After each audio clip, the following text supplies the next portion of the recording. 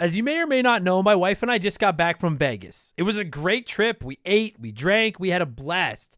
But then we got home and looked at the credit card, and I gotta say, it doesn't matter how much fun you're having, $25 for a drink is a ripoff. Frickin' Vegas.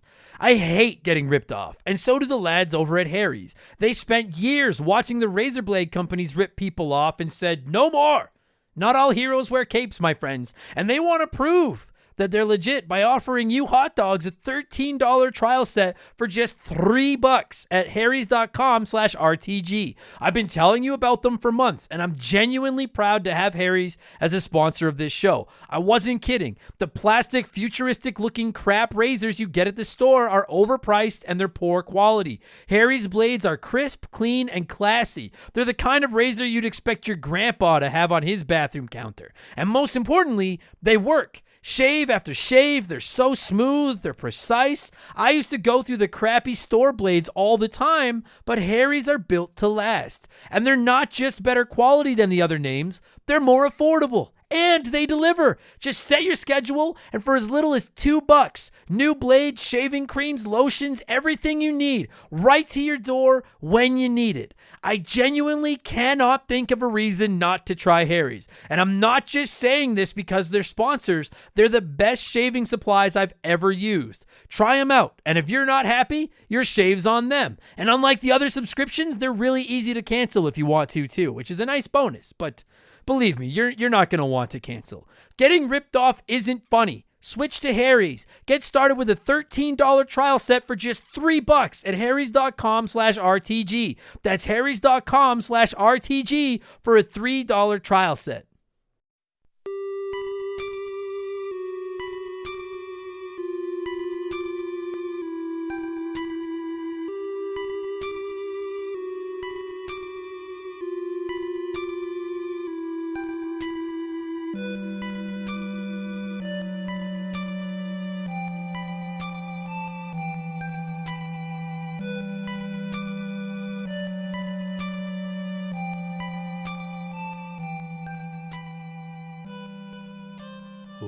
What's up, everybody? Welcome back to Remember the Game. It is my retro gaming podcast where every week a buddy of mine and I sit down and we geek out about the games we played back in the day. My name is Adam Blank. Thank you so much for listening to the show. I say every week. This week, actually, it's a little bit different. We'll get into that. Because this week it is episode 244, and it's one of our prestigious Patreon poll-winning episodes. If you don't know, every month our Patreons wage war on each other, and they vote on games that I've never played that they want to hear on the show, and the winner gets some screen time here in my house, and then it gets an episode of Remember the Game. And I'm a little behind on these. I am catching up. Golden Axe won the Patreon poll for February. Metroid 2, The Return of Samus won the Patreon poll in March. Those are both coming sooner than later, I promise. But Earthbound Beginnings won the Patreon poll in January. It's the original Earthbound game, also known as Mother. It was only in Japan for a very long time. It only found its way over here to North America in the last decade or so. And I'm a huge fan of Earthbound. I love that game. I like Mother 3 quite a bit too. I'd never played the original until now, and I don't even know where to start because I don't love this game. But I do love Earthbound, and this is like Earthbound beta, kind of. I don't want to hate it because it's Earthbound, but it doesn't have most of the cool stuff Earthbound has, but it does kind of have some of it, and just, I'm all over the map with this game. I have a lot to say about it this week because it is the prequel and it's ground zero to absolutely one of my favorite video games of all time in Earthbound for the Super Nintendo. And I'm glad I finally played it. I'm glad I've seen what it's all about, but honestly, I don't think I ever want to play this game again. Earthbound I've probably played through half a dozen times. I don't think I ever want to play Earthbound Beginnings again. I did not finish it, for the record. I had some weenie on Twitter that was like, hey, why are you actually going to tell people that you don't finish all the games that you review? Hey, and I was like, I literally tell you on the episodes, you dipshit. That's how you knew that I don't finish the game. So I want to make sure I make this clear. Feel free to criticize me. I'm never going to be upset about that. Tweet at me, criticize me, I don't care. Just don't be an asshole about it. I'm totally fine with it. That was all. Anyways, so no, I did not finish the game. I couldn't take it anymore. It's just way too grindy. It's way too cryptic. It's kind of confusing. You need a walkthrough to play through it. It's just not my cup of jam. And I want to make sure I make this clear. If you love Earthbound Beginnings, I will warn you right now, I'm going to be very critical of it, but I also think I'm going to be fair. Like, I don't go Scorched Earth, Echo the Dolphin on it or anything like that. It's an NES JRPG, and that's something I tried to keep in mind when I reviewed it, because those games aren't perfect. They had their warts, but they weren't without their charm. And we'll get to all that in just a minute, because speaking of having some warts while still also being a little bit charming, it's time for another edition of the Remember the Game infamous intro. And if you're new to the podcast, welcome aboard. Consider this your warning. Our intros are kind of long, but they're fun. They're fun. And I guarantee you, our intro has 100% less random encounters than fucking Earthbound Beginnings does. But seriously, though, if you do want to skip it, go about 30 minutes up the road. You'll be in the... It's actually a little shorter this week. You probably go about 20, 25 minutes up the road, and you'll get into the Earthbound chat. Because I'm rolling alone this week. I don't have a guest. And the reason for that is because, frankly, not a lot of my friends had played this game. And I just had a lot I wanted to get off my chest and say about it. So what I've actually done is normally I let my Patreons write in with their thoughts on the game, and I read those before I shift into the game chat and talk to my guests. This week, I actually worked my listeners' comments into the game review because I'm recording it right now. Normally we do the game chat sometimes a week, 2 weeks, up to a month before I record the intro and put the episode together. I'm doing the whole thing in one shebang today, so we're going to skip that segment, and I'm just going to read some of your comments during my Earthbound Beginnings review. So anyway, point being, if you don't want to listen to the intro, if you're just here for the Earthbound Beginnings chat, skip ahead about 20 minutes. You'll be there. Also, just quick, we've had a couple issues lately with the podcast. Last week's Stuttering Craig episode, I ended up having to take it down, re-upload it, and then it worked perfectly. It seems to be a Podbean issue, who is the host I use for my podcasts. I'm looking at options right now. Don't bother sending me any thank you. I've had tons of offers. Well, not tons, but tons of people have reached out offering me like, hey, I use these people. I'm looking into options. If you are having issues with it, I recommend just with any episode of Remember the Game, where it cuts off after like 10, 15, 20 minutes, whatever, I just recommend deleting it and then re-downloading it 99% of the time.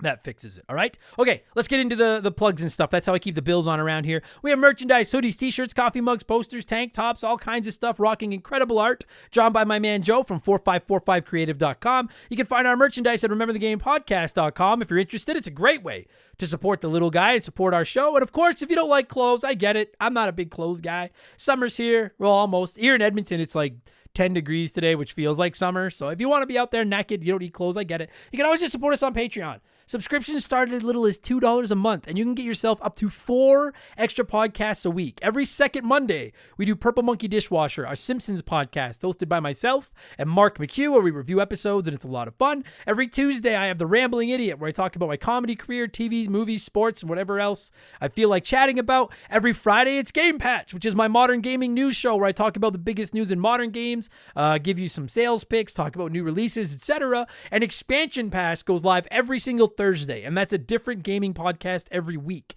We do rankings. We look back at characters, consoles, genres. We do comparisons. There's some comedy episodes. There's a ton of modern game reviews over there. This past week on Expansion Pass, it was episode 157, and arguably the most anticipated Expansion Pass in the history of the show, our Super Nintendo draft. 4 of my regular guests came on the show. They each drafted 10 Super Nintendo games in a pick'em style, where one person, once a game was picked, nobody else could have it. So they have 4 unique libraries, and then our listeners got to vote for who drafted the best lineup. It was so much fun. Feedback on it has been great. And as is becoming tradition, here is a sneak peek of last week's episode of Expansion Pass Remember the Game Fantasy Draft, Super Nintendo Edition. So we were going to get this thing started. We did a random order to decide who was drafting first. Keegs has the distinction of the first overall pick. In the NES draft, Super Mario Bros. 3 was the consensus, had to be the first overall pick. I don't think there is a consensus here. So Keegs, the floor is yours with the first choice. What game are you picking, my friend? All right. Well, you did actually reveal it early before we started recording. I am going to take Link to the Past, because Link to the Past, the fucking best Zelda game ever. Link to that. Now I was going to ask you, is there other than the fact that it's the best Zelda game, like, do you have any other, like, there was a lot of games on the table. I don't want you to reveal your hand, because the next game you want might be there when you get back to you. Yeah. Well, was this for an easy me, choice? it's also it's one of my first like memories entirely, is just like my uncle babysitting me and me watching him playing Link to the Past. So I like it. Hell yeah. I don't think, like, I was like, dude, no matter what you take, some people are going to complain. But I'm like, that's a safe first pick.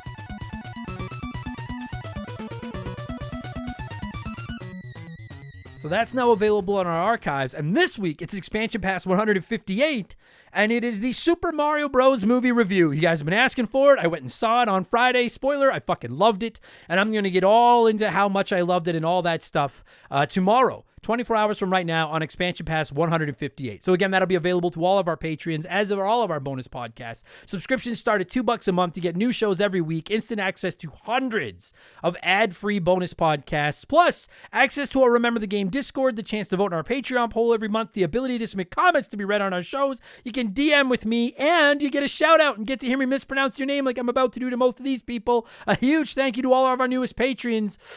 Danny Digla, Suicidal Sanchez, The 40-Year-Old Gamer, Mario P, Andy Armstrong, Austin Mace, Bill Thorson, Mamushka, Andu 3000, Rado, Real Acid. I hope I did that justice. That's a great pull. Papa Thunderfist. That'd be a sweet porn name. Peyton Miller, Just Turd Smoke. That would be a less good porn name. Mason Taylor. There are some who call me Tim. Gonzo Hernando, Daniel Gear, First Timer, Kit Stoker, Eric Miles, 1-600 Doctor. The B is for bargain. Nick Sims, Trevor Casey, Luke Heidebrecht. Sorry, Luke. I'm sure I fucking ruined that. Apologies. Fancy Justice, Chaz Hammond, Neil McKinnon, and Pancake Jesus. Thank you all so much for the support, and welcome to Remember the Game Industries, patreon.com/rememberthegame. And don't forget, 5% of our income on Patreon every month gets donated to the Stollery Children's Hospital, and we offer annual subscriptions that'll save you your 12th month's fees if you want to do pull the trigger on the year all at once. And finally, if you want to, you can find me on Twitch, twitch.tv/rememberthegame. I have no real schedule. I just get on there whenever I can, but you can come by and tell me why I'm wrong about your favorite game, or give me shit for not finishing the games and not telling you, even though I tell you on every fucking episode. I don't know what that person was on, but anyway, they'll get the help they need. That's enough blowing myself. Let's blow some of you by blowing in some cartridges. It is our opening segment here on the show. I read a few comments and questions from our Patreons, usually gaming related, but not always. And we call this segment Blowing in the Cartridge. He blows all right. He blows big time. That's it, honey. Get into the spirit. Let's blow. Our first blower this week is Straw Hat Luigi, who wrote in and said, "Hey, Adam, just wanted to say you've been a big help with helping me get through this year. I went through a rough breakup in January, and I'm still not doing the best, but I'm about to graduate college, and I thank you. My question is, how do you feel about speedrunning? Is there any game you enjoy watching, or have you ever thought about doing it yourself?" Well, first and foremost, Luigi, congratulations on well, I mean, you know, you said you're about to graduate, so I'm assuming you're on like the 5-yard line. Don't fumble the ball now. Get into the end zone before you release that ball. But congratulations on graduation, and I'm sorry about your breakup. Don't let that, I know it sucks, but don't let it get you. You're Luigi. Everybody fucking loves Luigi. You'll get laid. I promise. Don't you worry about that. You have a college degree, and you're Luigi, and a straw hat. You're gonna be fine, my friend. Keep your head up. As far as speedrunning, I like speedrunning enough. I didn't like it at first, and then I started watching Summoning Salt's YouTube videos. And if you've never watched them, check them out. Summoning Salt's fucking awesome. We actually have an interview with Summoning Salt, who I don't know if he still holds the record. At one point, he held the record for the fastest, I think, KO of Mike Tyson and Mike Tyson's Punch-Out. You can find that interview in the archives of Remember the Game. Definitely check out his YouTube channel. He does all these like great documentary-style videos about various games and the reductions in the final speeds and speedrunning and stuff. And I've really developed a respect for speedrunning in the speedrunning community. I don't really watch a lot of it myself. I just watch Summoning Salt's videos, and that's where I get my fill. As far as would I ever consider doing it myself, probably not, because I just have so much I need to play for the show as it is. I don't really have time to dedicate all the necessary reps to working on one game to get ready for taking a run at a speed run record. But I did think about trying to do Ninja Turtles for the NES at one point, the original. I just don't think I have time to do the reps over and over and over and get good, as the kids say. But I like speedrunning. I'm not a big fan of the speed runs where they use like the glitches to just get to the end of the game. I understand that that's a separate category, and some people are into that, and that's fine. I prefer just the straight up, they got good, do it the old fashioned way speed runs myself. But that's me. But I do enjoy watching them. Definitely check out Summoning Salt if you haven't and you're at all interested. Great YouTube channel. Rubix, aka Arthur David, wrote in and said, Adam, my son wants to know KFC or Popeyes. Popeyes, and it's not even fucking close. And maybe that's just because we didn't have Popeyes here in Canada for a long time, at least not here in Edmonton. We got it a few years ago. But yeah, Popeye, dude, fucking Popeye. KFC, I like KFC, but Popeyes is where it's at. Popeyes is the shit. And KFC gives you the shits. You see? Yeah, you see? Kyle Paul wrote in and said, hey, Adam, just a quick question. Do you think we will ever see AEW Fight Forever? Dude, at this point, fuck if I know. Like, I want to play that game. I'm going to buy it when it comes out. But the AEW has been saying for like a year now, they're like, our game is done. We're just not sure. And like, they have a big event coming up this summer now where they're doing it like, I can't remember the name of the stadium. The big soccer stadium, one of the big soccer stadiums. I'm sorry, guys, I don't know anything about soccer / football, whatever you call it. You know that. But anyway, they have a big stadium show coming up. Maybe they'll release it then. I don't know. But I at this point, dude, fucking, I'll believe it when I see it because we were supposed to get it last year. It was supposed to come to Game Pass, and it wasn't coming last year. Then it wasn't coming to Game Pass. Now it's done, but they don't know when we're going to see it. And I don't know. At some point, I assume we're going to see an AEW video game, but fucked if I know. TBO Castlevaniac wrote in and said, hello, Adam. Great Super Nintendo Draft episode. It really shows how great the console's library is. But you, sir, are on double secret probation for having never played Final Fight. It is, in my opinion, the ultimate beat 'em up of its time. That's fair. Listen, first of all, thank you for the kind words. I'm glad you enjoyed the Super Nintendo Draft. Second of all, I get put on a lot of double secret probations for not playing games that listeners love. And that's fair because I put people on double secret probation for fucking sneezing. So I'm not going to get mad if I get put on it for not playing a game you love. I have heard good things of this Final Fight. I'm going to just put my cards on the table. The box art does not like, what's the saying? Don't judge a book by its cover. I judge video games by their box art back in the day. Final Fight, if I'm looking it up, I'm making sure I'm talking about the right box art. If it's the box art I think it is the worst fucking box art. Yeah, and that box art is goddamn fucking terrible. Like, I'm not going to look at the box art to the original. That logo, I've made better logos than that. The original Final Fight on the Super Nintendo, I'm not walking by that and being like, that's what I got to play on my weekend. Not when there's Ninja Turtles and stuff. Get the fuck out of here. But I do hear that Final Fight is very good. For you to say it's the definitive beat 'em up of its time, I having never played it, I can't officially say, but Streets of Rage 2 is on the line 3. Streets of Rage 2 to me is the best retro beat 'em up ever. But I've never played Final Fight. Maybe it's better. I will get to it eventually. Probably. Once I get over that fucking box art. Man. I'm assuming if you're saying it's that good, they must have put all of their money and resources into the game itself and had about $30 left to ask someone to design a cover for it because, PU. Rob Mason wrote in and said, Adam, have you ever gotten into a series in a late sequel without playing the previous entries? I just finished Devil May Cry 5, and it's the first Devil May Cry I ever played. I loved it and will play through the entire back catalog now. Oh yeah. Off the top of my head, the one that jumps off the page to me is God of War. I played God of War 2018 or 16 or whatever it was, and I'd never played the original trilogy. I have gone back and played the first of the original trilogy now, and I like it. I don't like it anywhere near as much as I like the modern ones, but it was good. I got to play 2 and 3 at some point. So God of War is up there. Resident Evil. Dude, I played Resident Evil 4 without ever playing 1, 2, and 3, and now I've played just about all the mainline Resident Evil games, and I love all of them except 6. But I started with that. Those are the 2 that really jump off the page at me that like I started late and then had to go back and work on, especially like ones with like some form of continuity in the storylines and stuff. I'm trying to think if there's another one that jumps off the page. I'm looking at my game shelf here. No, you know what? We'll go with, let's go with, those are probably the biggest 2, Resident Evil and God of War. So, and yes, I've gone back and played most of the back catalog of Resident Evil, and I'm in the process of working on the back catalog of God of War, so I get it. Captain Alcatraz wrote in and said, hello there, Mr. B. That's some nice glowering, Mr. B.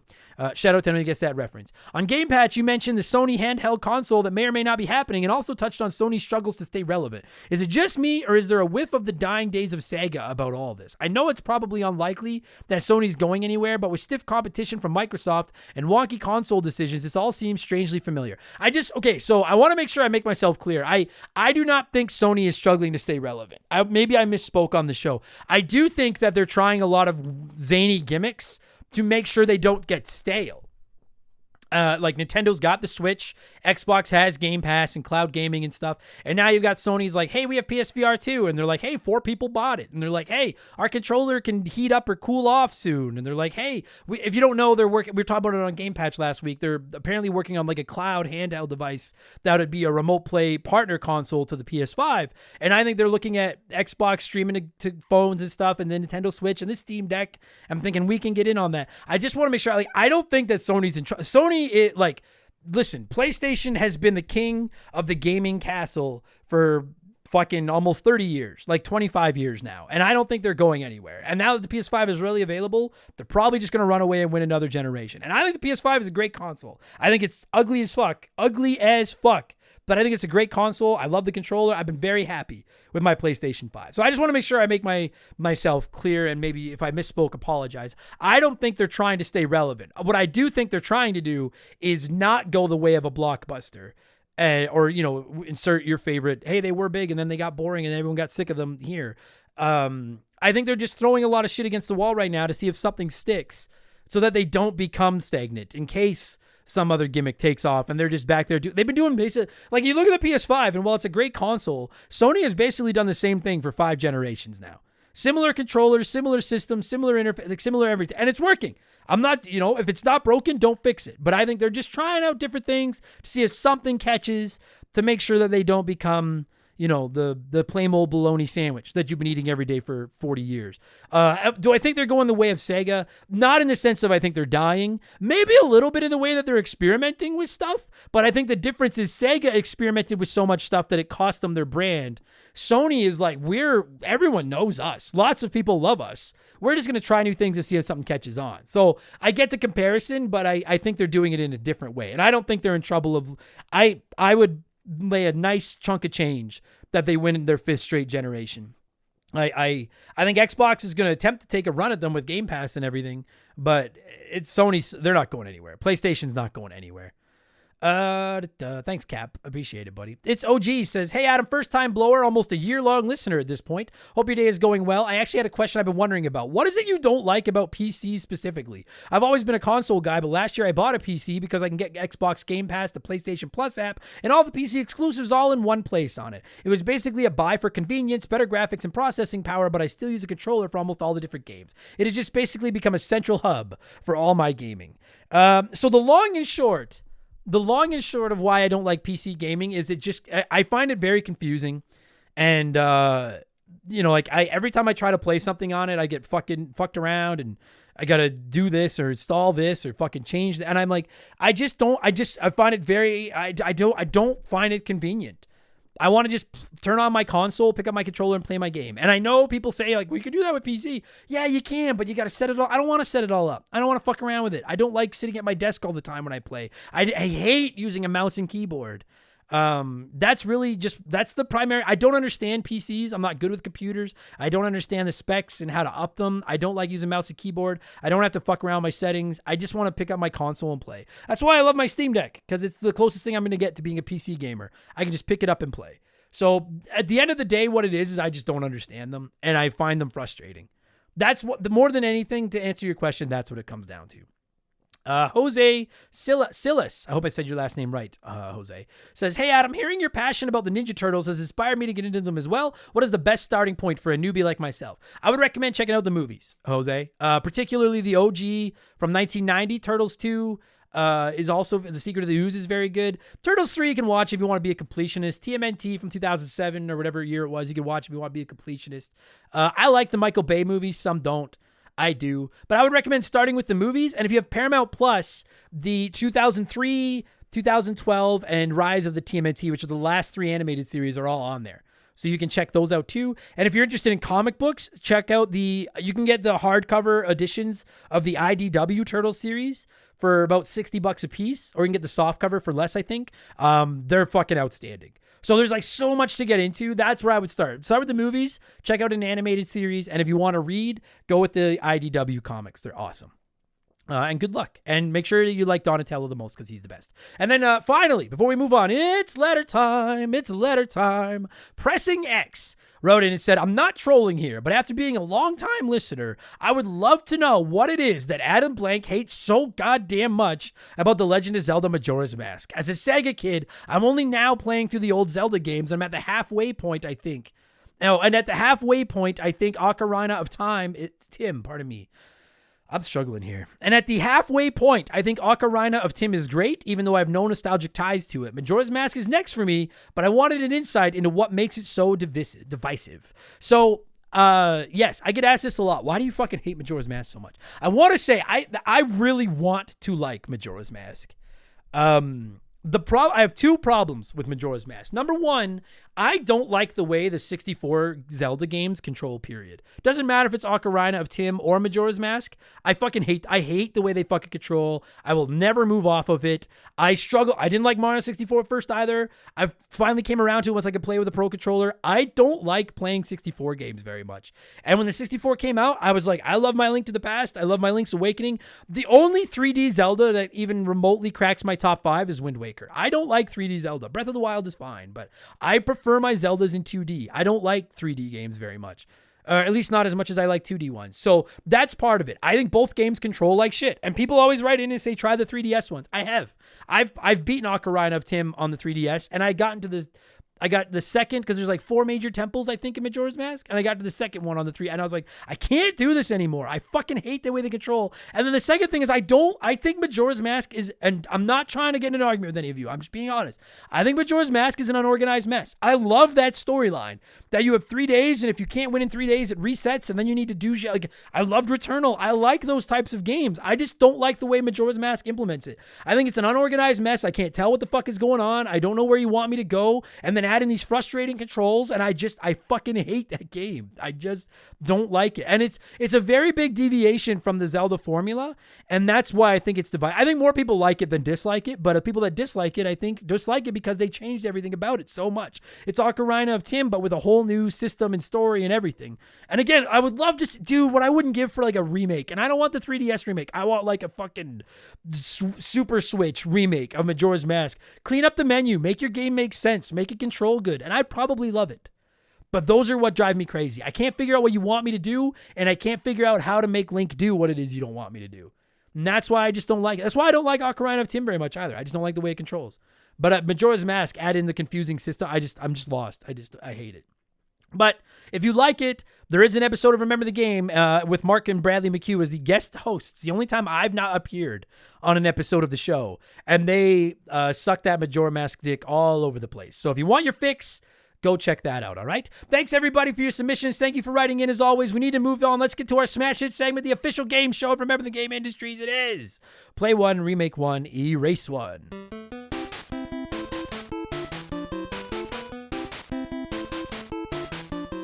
And a huge thank you to Classic Concentration from the NES for unknowingly providing us with the theme music for the show. The rules are simple. Every week I give our patrons 3 retro video games. They can play one as it was released, remake one as a modern game, and the third is erased from time forever. And as always, there are no wrong answers, but there is a right one. And we'll get to that in just a minute. And this week, since we're talking Earthbound Beginnings, I decided to go with 3 more NES JRPGs that weren't Final Fantasy. So we have Crystalis, Dragon Warrior, Crystalis? I don't know how to say these. Crystalis, Dragon Warrior, and Faxanadu. Is it Faxanadu? Faxanadu? I have no idea.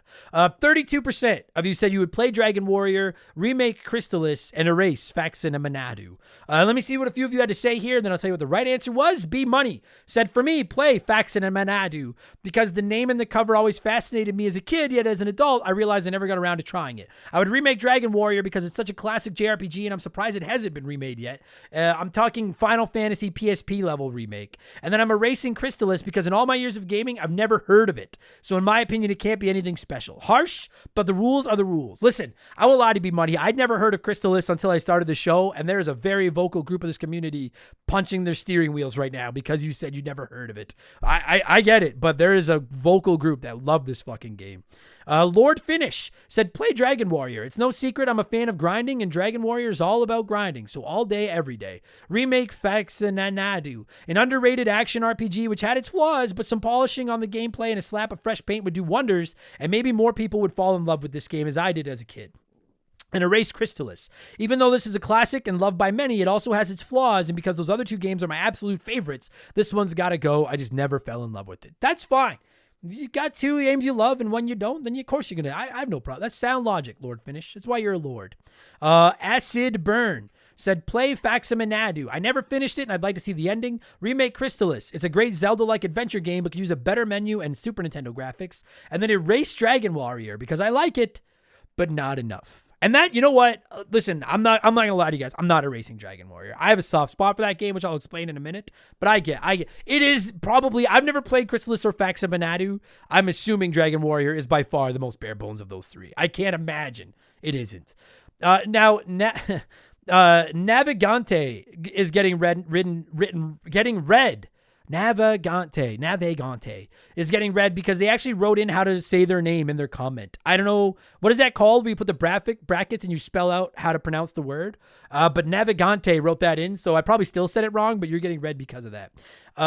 Dragon Warrior was my first game on the NES and will always be the OG, plus the series is at 11 now? It doesn't need a remake. Faximinadu was a cool concept, great atmosphere, but it has some jank which would benefit from a remake. And I've heard good things about Crystallis, but I've never played it, so it has to get the axe. Good choices this week. Thank you, Navigante. And thank you for telling me how to say your name, but I probably still said it wrong. And the Habitual Line Stepper said, play Dragon Warrior. The various sequels have eliminated my need for a remake. Remake Faximinadu. I haven't played it since the NES days, and I'm sure those nostalgia goggles are very foggy. And then Erase Crystallis. I'd never played it. I've never heard of it. As far as I'm concerned, it never existed anyways.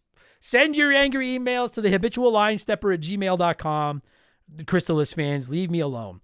I'm not erasing Crystallis. I'm going with 19% of you this week, including a Portillo Comedy, who said never played any of these, so I'm going straight up on box art. Play Crystallis because it looks the most interesting. Remake Dragon Warrior because it has the most potential for the best cover art, but it looks phoned in. And Erase Faximinadu. It has the classic fantasy look, but it falls short in the art department. Also, reading that Daggers and Wing Boots Await Me doesn't really get my tingly bits going. My decisions are not based on the box art, but my order is the same as a Portillo Comedies. I would play Crystallis just so you will all stop fucking asking me to play it. I'm going to play it eventually just to find out what all the hubbub is about. And then you'll all fucking leave me alone. And I'm going to remake Dragon Warrior because I love that game. I don't know why, because normally I hate random encounters and grinding, but there's something about the simplicity of Dragon Warrior that I just love. I would remake it and just give it those sexy triangle strategy Octopath Traveler graphics. Oh, yeah. And then I'm going to erase Faximinadu. I very rarely erase games that I haven't played, but I have no idea how to even say it, and every time I see the name, it irritates me. So I'm erasing it for its stupid name. That's it. Thanks, everybody, for writing in as always. What have I been playing over the last 7 days? I'll tell you, and then we'll get into Earthbound Beginnings. But first, we're going to pause for potentially a quick word from one of our sexy sponsors. This show is sponsored by BetterHelp. Everyone that listens to this podcast knows about our illustrious CEO, my dog Molly. But the other silent partner behind the scenes is my wife. And let me tell you, my friends, a 17-year relationship with another person that has to talk to and live with you is a lot harder to maintain than one with a dog. We've had our ups and downs, and as you all know, a relationship isn't all sunshine and rainbows. They can be a lot of work. You get out what you put in when it comes to relationships, and talking to a therapist can be a fantastic way to put in some work. They can help you work through your issues, learn to communicate better, and even just provide you with an ear to bend when you need it. I've talked to my therapist about my relationships, especially when it came to my stand-up comedy career and how much I was away from home, and they helped me work on ways to keep my relationship strong even when I was out on the road. It turned out our relationship was actually better when I was out on the road, but that's a story for another day. And I know, right? Therapy. Who has the time these days? BetterHelp hears you, and they're making it easy. Fill out a quick form online, and they'll match you up with a therapist that suits your needs and that'll work around your schedule. You pick the meet times, and you can get your therapy fix from anywhere, over video, phone, or just chat. Become your own soulmate, whether you're looking for one or not. Visit BetterHelp.com/RememberTheGame today to get 10% off your first month. That's BetterHelp, HELP.com/RememberTheGame. All right, what have I been playing over the last 7 days? So I've started Fire Emblem Engage, and I really wanted to play it. And I don't know, it's not that it's bad. It's not scratching me where I itch right now. I'm going to bench it for the time being. I'm going to go back to it. I like Fire Emblem, and nothing about it is, I mean, the story kind of sucks, but that's fine. Nothing about it is like turned me off. I just, when it's like, I just am not feeling this. And that's all it is right now. And I'm like, this is a very long game for me to force my way through when I just am not feeling it. So I'm going to temporarily shelve it, and I will go back to Fire Emblem Engage at some point. I'm also playing Resident Evil 4 Remake, which I am feeling. The more I play it, the more I like it. I'll probably review that on next week's episode of Expansion Pass. I've been playing a little bit of MLB The Show 23 just when I want to kill some time. And I started playing EA Sports PGA Tour. I fucking love it. To me, it's a return to form. I'm really enjoying it. And that comes from someone that really enjoyed PGA 2K23. I'll probably do an Expansion Pass in about a month comparing the two golf games. But I'm really enjoying it as well. So there you go. That's what I've been playing. Let's talk Earthbound Beginnings, right? That's why you're here. That's the main event. Now, normally, this is where I would give my listeners a chance to sound off and weigh in on the game we're covering before my guest and I would hog the microphone. However, this week I don't have a guest, and I'm recording the game chat live as I do the infamous intro. So what I'm actually going to do is just get right to the review, and I'm going to sprinkle in some listener comments throughout my review instead. So yeah, should be good, right? So with that said, I'm going to cue up some Earthbound Beginnings music. And when it stops, I'm going to look back at Earthbound Beginnings, a.k.a. Mother, which originally released in Japan on the Famicom on July 27th, 1989, and finally found its way to North America on June 15th, 2015 on the Wii U eShop. Enjoy the podcast, everybody. Let's go.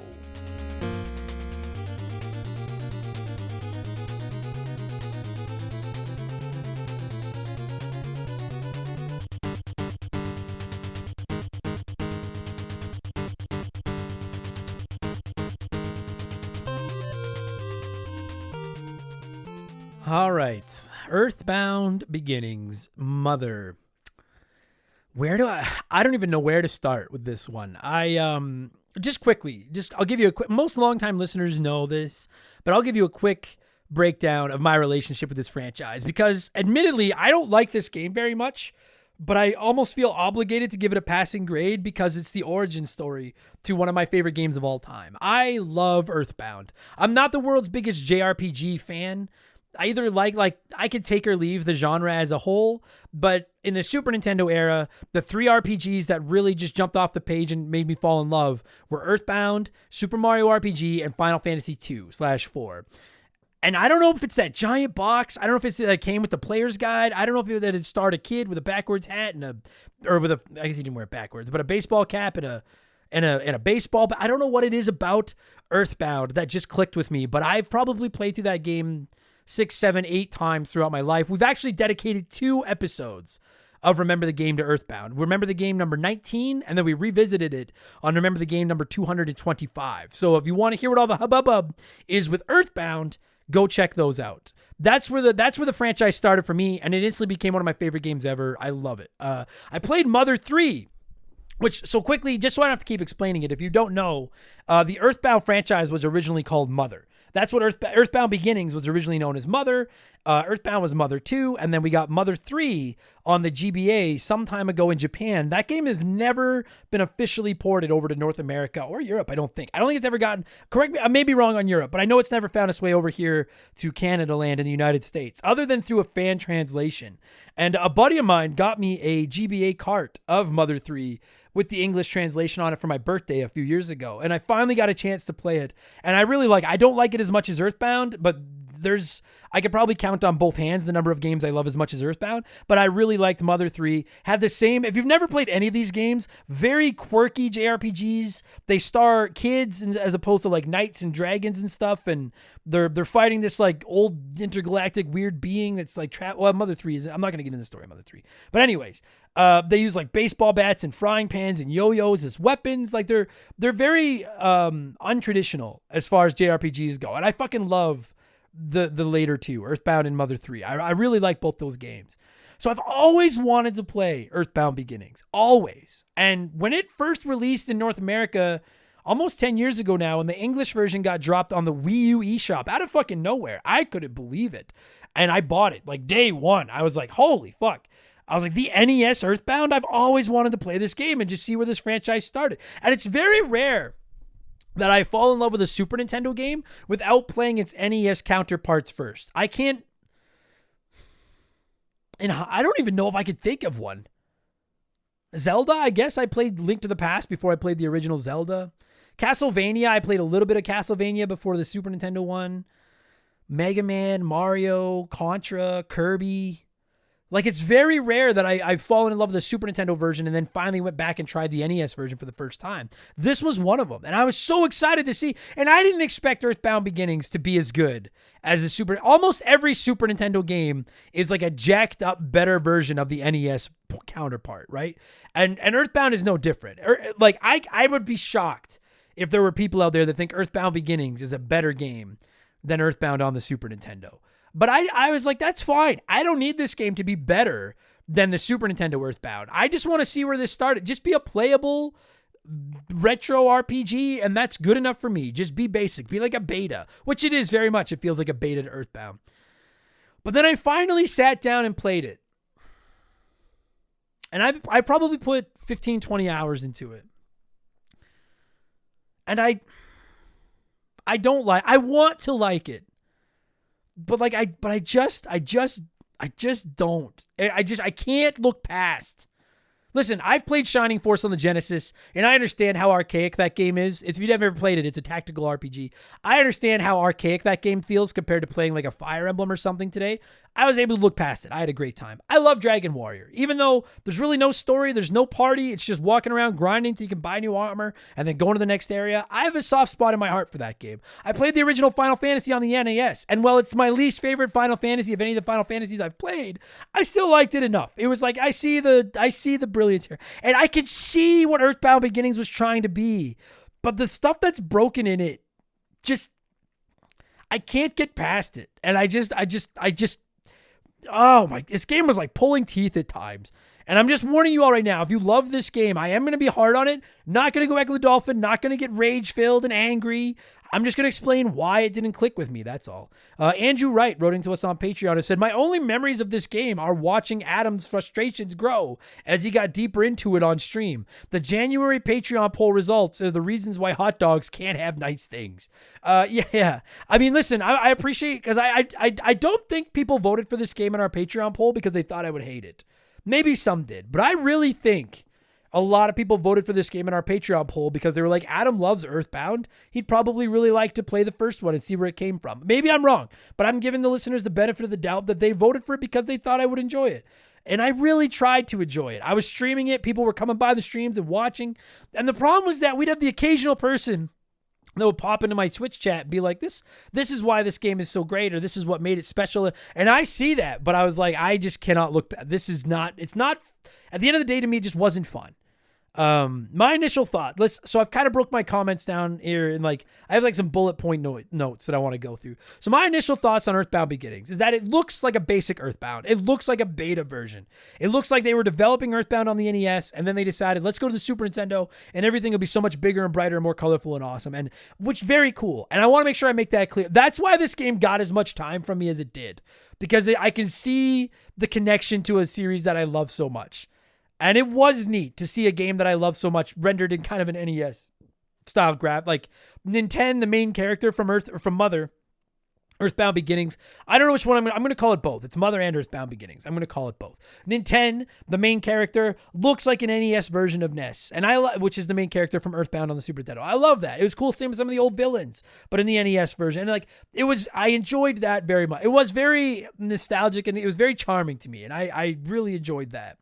NES RPGs as a whole are tough because I just feel like the genre really hit its stride on the Super Nintendo. And I think most of you old school JRPGers would agree with me. Maybe not all of you, but most of you would agree. If not the PS1, the Super Nintendo era, like that's when JRPGs really, Final Fantasy 2, Final Fantasy 3, Phantasy Star on the Genesis. Obviously, you got the Chrono Triggers, the Earthbounds, the Mario RPGs, the insert your favorite RPG here. The 16-bit era was, in my opinion, where RPGs really fucking found their stride and took off, right? Dragon Warrior, Final Fantasy, the games on the NES, they're fine. The problem is that I just don't love JRPGs to begin with. I have I either really like one or I can't fucking stand it. And there's no real in between for me. And this one, I was in the I couldn't stand it camp, but because it had that Earthbound connection, I forced myself to like it, if that makes sense. I think the only JRPGs I've played on the NES are Final Fantasy, Dragon Warrior, and Earthbound Beginnings. And I would probably rank them Dragon Warrior, Final Fantasy, Earthbound Beginnings from best to worst. At least my preference to my least favorite. That's all.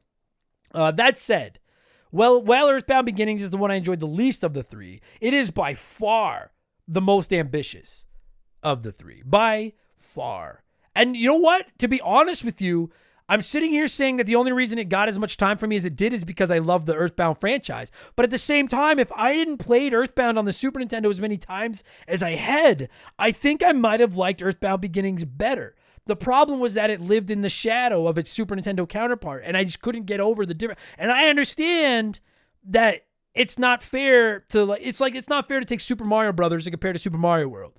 I understand that.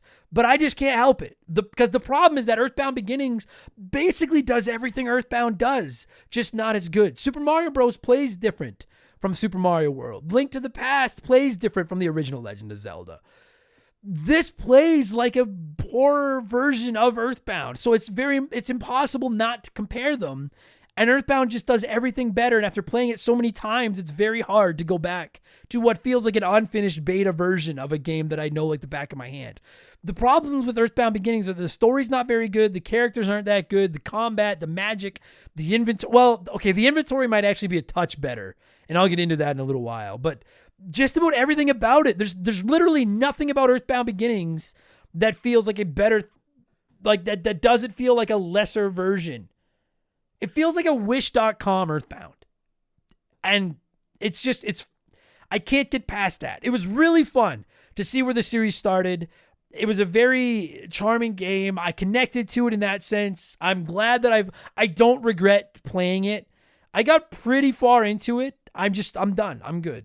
It's so, and the biggest problem with it, I think, and most of the people that wrote in agree, is it's just such a grind. And I understand that I like Dragon Warrior because it's a grind, but Dragon Warrior to me is like a fun, chill, I can listen to a podcast or watch a movie while I play a grind. This was like you can't just go on, like, you have to pay attention, kind of shit, boring fucking grind. It just wasn't the same grind. It was a bad grind. Johnny CCDC wrote in and said, so I've tried to play this twice now. Praise be to that auto fight feature, but I shouldn't have to do something like that. Hit auto and go do something else while playing the game. It's funny because the good things of this game didn't get to Earthbound, like being able to run on the overworld, for example. But it was still cool seeing its humble beginnings. So yes, being able to run on the map was awesome for the record. I never used that auto thing because frankly, dude, there's too many times where you get pulled into a fight where all of a sudden you just get crushed in two attacks because you don't know what's coming. And it's just so much fighting. And we'll get more into that. If you've never played this game, I've never played a game with random encounters like this. And you need to grind and grind and grind. And it just wasn't fun. I was like, this fucking sucks. Because it's not just like, okay, when you grind in Dragon Warrior, you find a new town, and then you're like, okay, I need 800 gold to get the new weapon, and I need 700 gold to get the new armor, so I need to grind around this town until I get 1,500 gold. But you just stay near the town, and you grind the same few enemies, and whenever you need to heal, you go back and stay in the inn, heal up, go out and grind again. But in this one, you fucking go to all these different, it's so big, I said it's ambitious, but you go to these giant areas where you never know what's around the corner, and they end up fighting these fucking wacko enemies, and then if they kill somebody, you can't bring them back to life until you go back to the town, which might be a fucking mile away, to bring one back, and then every time you get a new character, you need to warp back to fucking Magic Ant, which I'll get into explaining all this in more detail, to buy some equipment for them to keep them alive, because you can't fucking buy it anywhere else, and it just, I hate this I fucking hate parts of this game. Anyway, let's talk. Okay, so the story. Let's talk about the story of Earthbound Beginnings. I want to say it was very cool to see the origin of Gygas. And I don't know if you've never played Earthbound, the main villain is Giygas. And there's been some controversy about how to say it. Some are going to write in and be like it's Jigas or Jigas, or I'm calling it Gygas. I was born a Gygas caller and I'll die a Gygas caller. That's what the villain is always going to be called to me. And it's very cool because Gygas shows up in Earthbound, the Super Nintendo one, and he's this alien being and the four kids have to get together to stop him. And it's cool seeing that like he's the origin of you see the origin of Gygas in this one. And then once you defeat him, he takes off, and then he obviously shows up in Earthbound, and same thing. Four kids get together, have to track down 8 melodies and use them to beat Gygas, which is what happens in this one too. So in a different way. So I will say I liked that. as far as the story goes. It was awesome to see the origin of a villain that I really, really like. But I don't know if it's because I wasn't paying attention. I don't know if it was poor translation. I don't know what it was. I could not get into the fucking story of this game at all. I have no fucking idea what's going on. Outside of the fact that I've played Earthbound and I know about Gygas and stuff like that. You start the game out with Nintendo. That's the kid's character, or the kid's name. I almost always leave my characters their default names in JRPGs, particularly for this podcast, so that you all know who I'm talking about. So you start out with Nintendo, who looks like an NES version of NES from the Super Nintendo. And then eventually you get joined by a kid named Lloyd, who I'm assuming is this version's counterpart of Jeff from Earthbound. You find Lloyd in a garbage can at a school on a roof. Yep. You get joined by this girl named Anna after you give her back her hat, and she has some magic, so she's like the Paula from Earthbound. And then a gang leader named Teddy fights you, and then after you beat him up, then he joins you. So that's your party. And I just like I really didn't find much reason for any of these characters to be working with me and coming along with me. And then to top it all off, they're all useless. It's frustrating to me. Like, aside from Nintendo, the main character, other than getting, with each character you add to your team, you get more inventory slots, because it's not like a Final Fantasy where you have one giant inventory menu. In the Earthbound games, which has always been the biggest criticism I have of the original of Earthbound on the Super Nintendo too, each character has like 10 inventory slots, or in this one they have 8 inventory slots, and that's it. So you can carry 8 items. And then once a second character joins your group, you get 8 more items in their inventory. But if they die, you can't use the items in their inventory until you take them out of their inventory and add them to the inventory of one of the people that are living. If you've played Earthbound, you know how fucked up the inventory system is. Doesn't get much better in this. The only thing that makes it a little better in this is that your equipment, your weapons, and your armor don't stay in your inventory. Once you equip them, they're taken out of those 8 slots. So you don't have to use up. Whereas in Earthbound, the items you equip stay in your inventory slots and burn one of the precious inventory slots you fucking have. So anyway, that's frustrating. But the point I'm making is that I find these characters useless. Other than they can take damage instead of Nintendo taking damage, which might keep the main character alive longer, which I need because he's the only one that can really do enough damage to win a fight. I found them useless. Lloyd is a useless pile of shit unless you're using bombs and bottle rockets with them. Anna, the magic user, sucks until like the very end of the game unless you grind and finally get up to having some good magic spells. I found Teddy used. Like, the characters aren't good. It's frustrating. I don't know why they're with Nintendo. I don't know why Nintendo is out to save the world, and I don't know why why didn't Nintendo go out and find good sidekicks instead of these 3 sidekicks that are fucking useless and don't do any fucking damage and just anyways.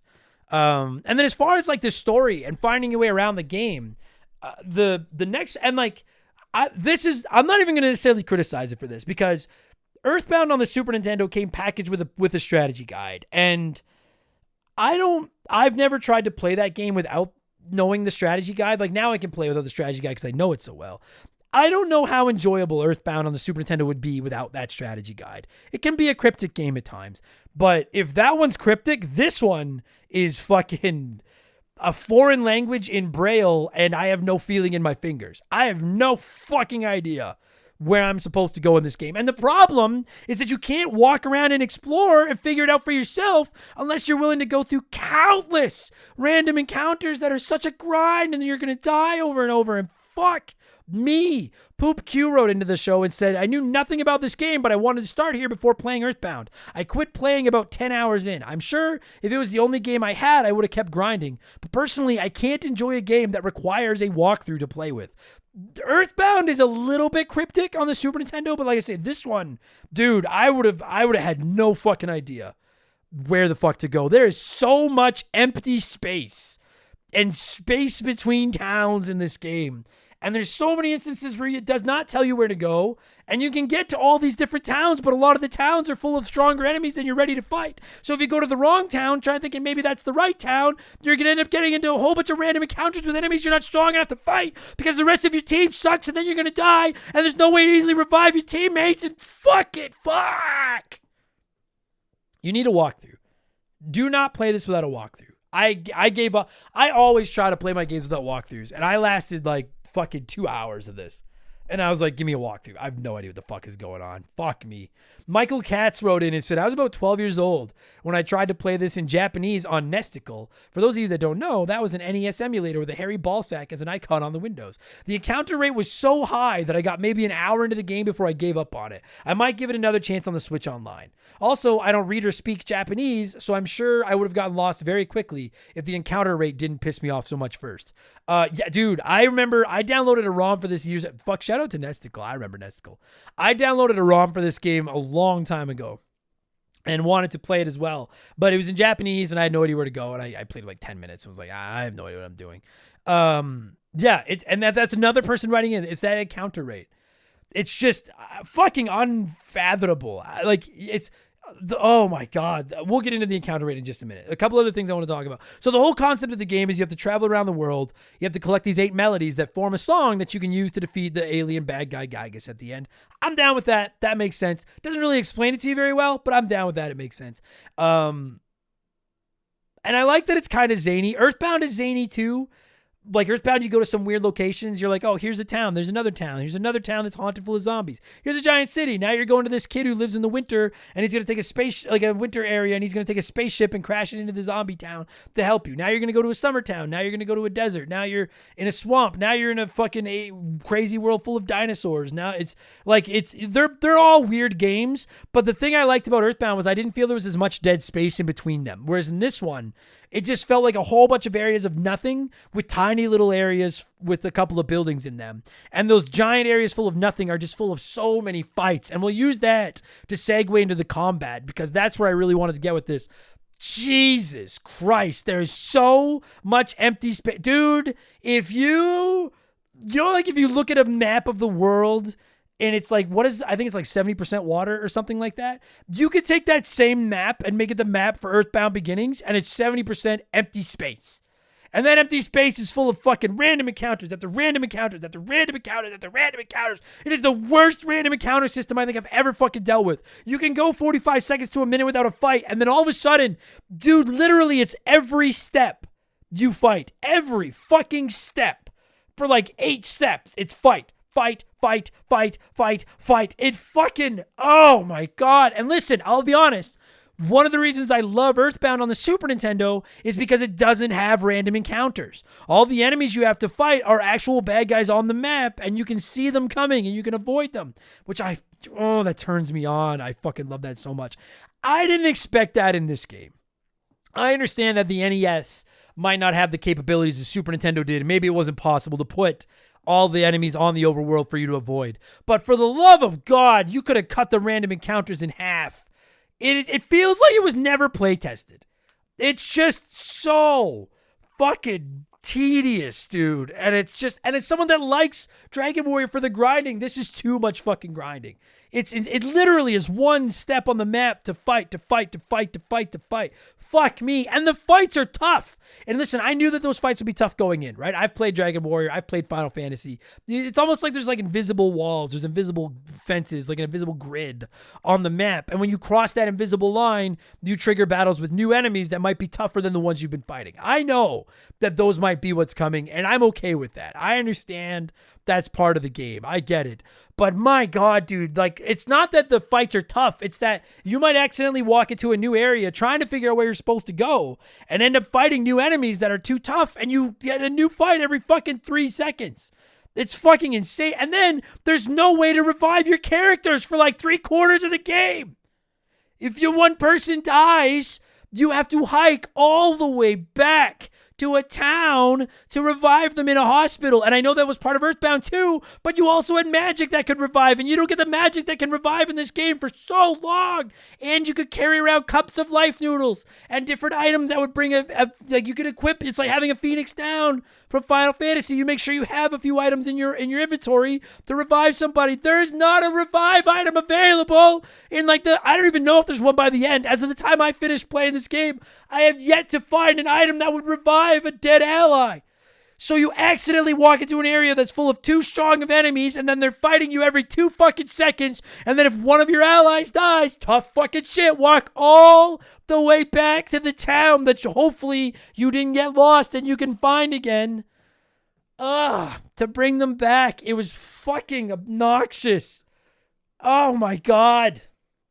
It's just so fucking tedious. The combat in this game, my God. Fallen Snow Kiku wrote in and said, Earthbound and Mother 3 are probably two of my favorite RPGs ever. So I was really excited for this one. But oh boy, I did not like it as much as I expected. Way too high of an encounter rate and too much of an early game hell. I may go back to it one day, but every time I've tried to play this game, it's just got me frustrated more than I would ever care to admit. Yeah, even the very early going, when your party is just in 10, you're just grinding around your house. You go out, fight a couple enemies, hike back to home, get some food from your mom, refill your health, save, go out and do it again. But again, it's so easy to fucking accidentally get too far away and then get caught by a strong enemy. And you'll be like 1 or 2 shotted. It's just like, I don't know. I just think it's broken. I think the whole combat and counter balancing system in this game is fucking broken.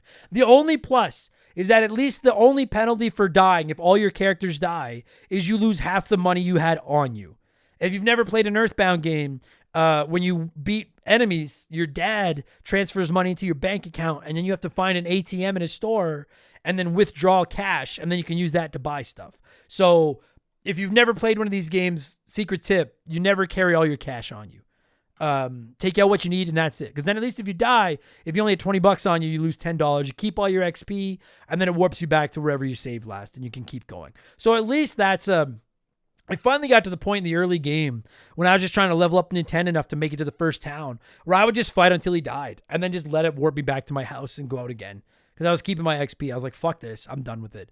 But yeah, you die so fucking much. And then to top all that off, it's not like a new town. Every time you find a new town or a new area in a JRPG, there should be new equipment waiting for you, new weapons, new armor. And then you're like, okay, I don't have enough money to buy all this armor and all this equipment right now, so I'll hang around this town, fight till I have enough money to upgrade all my party's equipment so that we're strong enough to continue on with the game. In this game, you get to new towns and there's no new fucking equipment. You just are constantly warping back to a town early in the game, this weird magical place called Magicant in the game. You warp back to there, and that seems to be the only place to go and buy armor. So when you get a new party member, you basically have to warp back to Magicant and then just hike around there and grind in battle till you have enough gold to buy equipment to keep them alive. And God fucking forbid you don't go back to Magicant to get new equipment and just walk around in the part of the game you're in and go to the next town or try to make your way to the next town without going back and getting them all a new armor that you can only buy in Magicant, because if you fucking don't, they're just going to get wrecked. But the problem is you warp back to Magic because they're not going to be strong enough to fight. But then the problem is you warp back to Magicant, and then you need to you go there and you grind until you have enough money to get new equipment to armor your new party member. Then you need to hike all the way back out of Magicant back to where it was, because you can't just teleport back to where you were until near the end of the game. If listening to this episode sounds like a grind, imagine how the game is. I need a break. We're going to pause for a quick word from a sponsor right here so I can drink some water and compose myself. We'll be right back. Like I was saying too, the other characters suck. And I understand that it's JRPG lore. Not every RPG is like this, but a lot of time you get a new party member and they're pretty underleveled, and then you got to grind for a little while to get them leveled up and kind of protect them and keep them alive, and they're gaining levels pretty quickly. And that happens in this game too, but they do gain levels quickly, but they need to gain so many levels to become usable. And again, there's just nowhere in the towns where you get them to go buy armor for them to keep them alive. You need to get a new party member, then warp back to this fucking Magicant town, and then grind there to come up with enough money to buy them equipment to get them outfitted. It's so frustrating. If I get a new character in I don't know, what's one of the fucking towns? Riverside or whatever the fuck the town, Riverdale, I can't remember what the town was called. If I get a new character there should be some armor available in that town that I can grind around there to fill them up. I shouldn't have to warp halfway across the fucking game to go buy some equipment, to armor them up, to keep them alive long enough to grind for 2 hours, to level them up to the point where they'll be semi-useful. Very frustrating, man. And they're just not that good at characters. It doesn't have in Earthbound, your HP is on a slot machine or an old style gas station, fuel, the gauge, the spinning wheels, the number. You know what I'm trying to say? The rotating I don't know what the term I'm looking for is. The odometers, the odometer readings. And in Earthbound, like if you have 400 HP and you take a hit for 400, you don't die. It counts down from 400 to 0. And if you can heal or win the fight or get away before it hits 0, you stay alive with whatever HP you've got there. And I understand that this game couldn't do that. I'm not going to slam it for it, but it just is another thing that I miss. Like this one just has the numbers at the bottom. And then when you get hit, if you have 40 HP and you take a hit of 20, now you just have 20 HP. It's just standard. I'm fine with that. I'm just, for comparison's sake, it doesn't have it. I will say, well, I have been poo-pooing on this game the whole time. I do love, it's got its charm. It's got the same zany enemies. You've got to fight the weird hippie, the cranky old lady, the taxi cab, the mad truck. Like you fight, and I know that some of these enemies sound weird. Earthbound's known for its zany enemies, and this one does that too. I really like that it's got so many classic enemies that like I know from Earthbound. Getting to see them in the NES version was very cool. I like the music in this game too. It's not as good as Earthbound's, but it's got a surprisingly decent soundtrack. So that was very fun. Those are my pluses to the combat. Everything else about the combat fucking sucks. The inventory system, like I said, the inventory system in Earthbound has never been good. The one good thing about this is when your party is just in 10, you have 8 inventory slots. And this game, as opposed to like potions, you have like hamburgers that you can use to heal. And the problem is if you have 5 hamburgers, it doesn't say hamburger 5.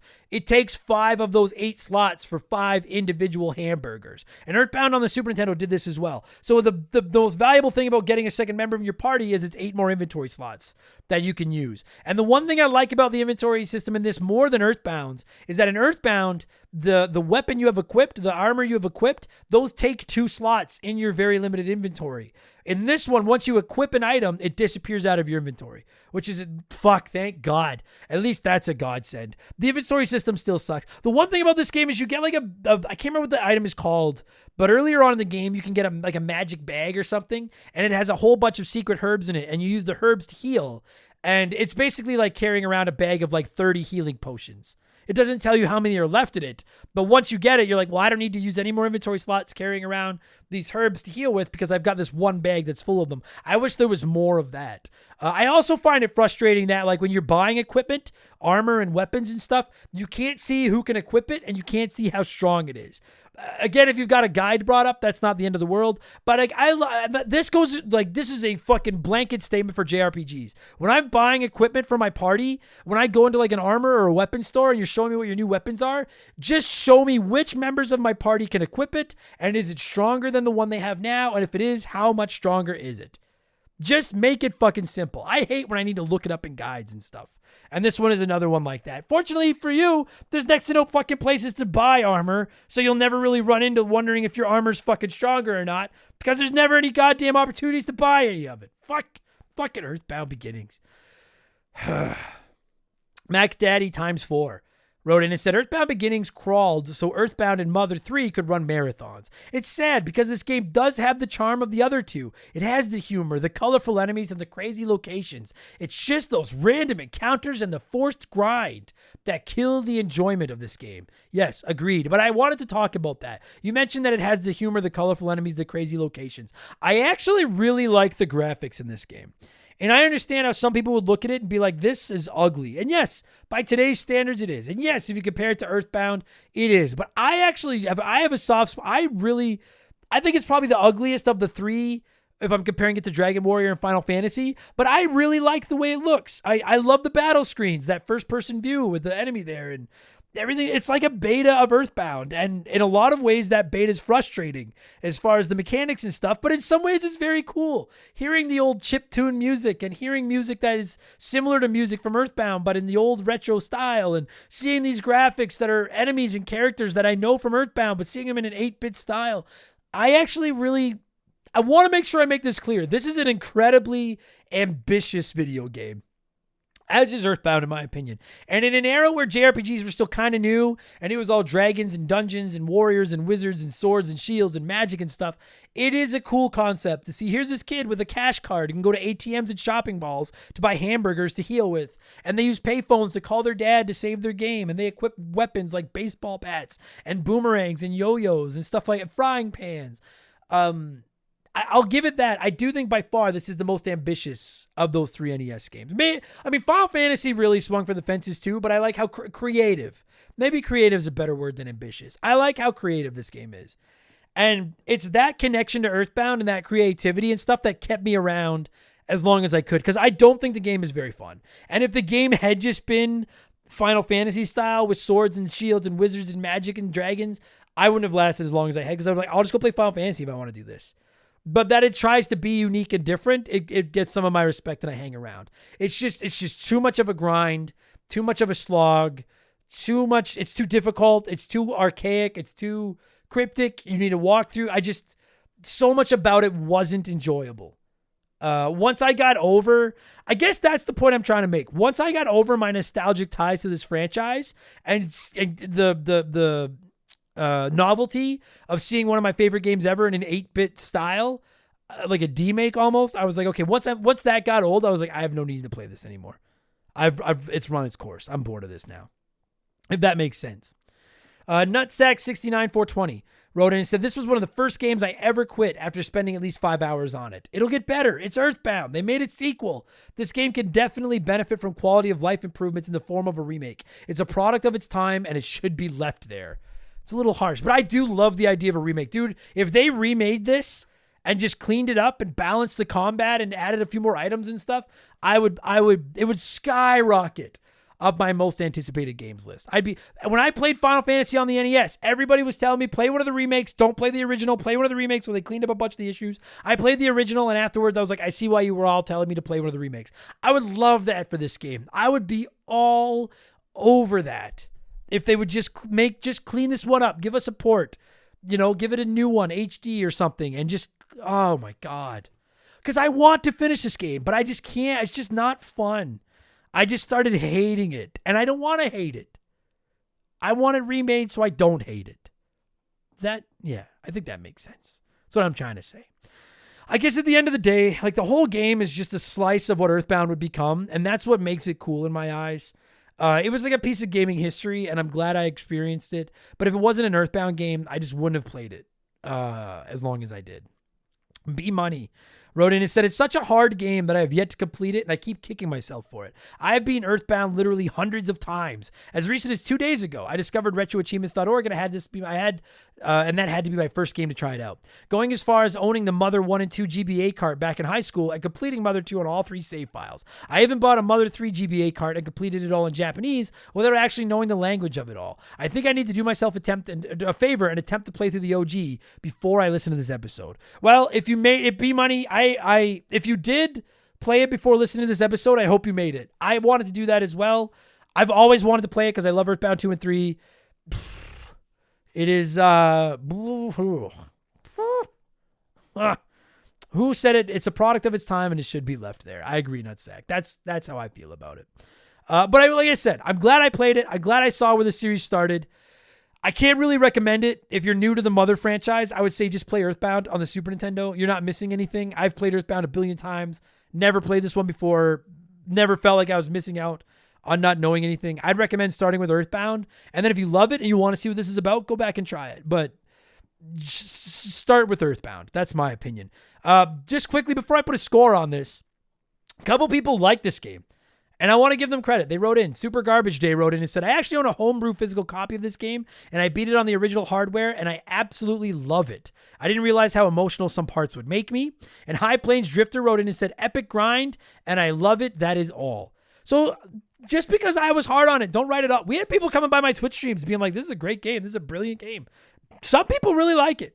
So don't take my word. If it's on the NES Online on the Switch, that's where I played it. And then you've got rewind and save states and everything if you need them too. Give it a chance. Not everybody hates it. I hate the game for what it is, but I love the game for being Earthbound. And I can't completely write it off because it's part of a franchise that I love so much. So in a rare instance where I'm not going to give it a weird scoring scale, just because you're all probably wondering, if I was scoring this out of 10, I give it like a 6. If it wasn't Earthbound, I'd probably give it a 4. But because it's Earthbound, I'm going to bump it up to a 6. I think it's a must try for Earthbound fans out there. If you've never played it, but you love Earthbound, I think it's worth a couple hours just to see where it started. Respect your forefathers, respect your heritage. But if you've never played it, you've never played any of the Earthbound games, don't feel like you need to start here. Go to Earthbound on the Super Nintendo, and you're going to be just fine. All right? I think that's it. I know this was kind of a unique episode of Remember the Game where I didn't have a guest. Maybe the review was a little shorter, but none of my friends have really played this, and I really wanted to just get it all off my chest and geek out about a game that's part of a franchise that I really love. So I'm going to cue up some music now. And when that stops, I'm going to thank all of you for listening, and then give some shout outs and get out of here. Okay. So yeah, let's go listen to that music.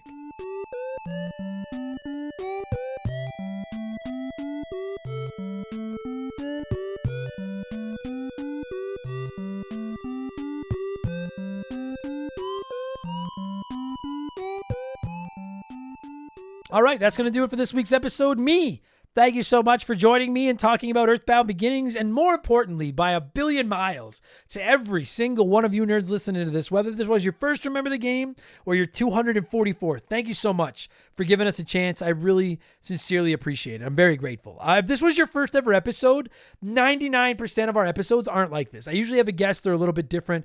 Go back through the archives. Like I said, there's 2 different episodes about Earthbound. Remember the Game number 19, and then we revisited it and Remember the Game number 225, and check those out. And if you didn't hate the show, maybe leave us a nice review, would you? I'm not sure what they accomplished, but they make me feel good when I read them, and a whole bunch of people ask for them on other podcasts, and I need to stay as one of the cool kids, so I'm going to ask for that too.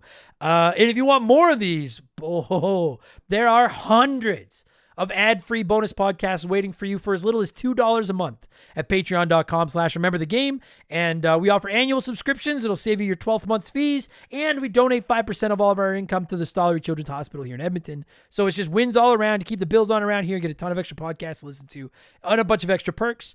I'm on Twitch. Twitch.tv/memberthegame.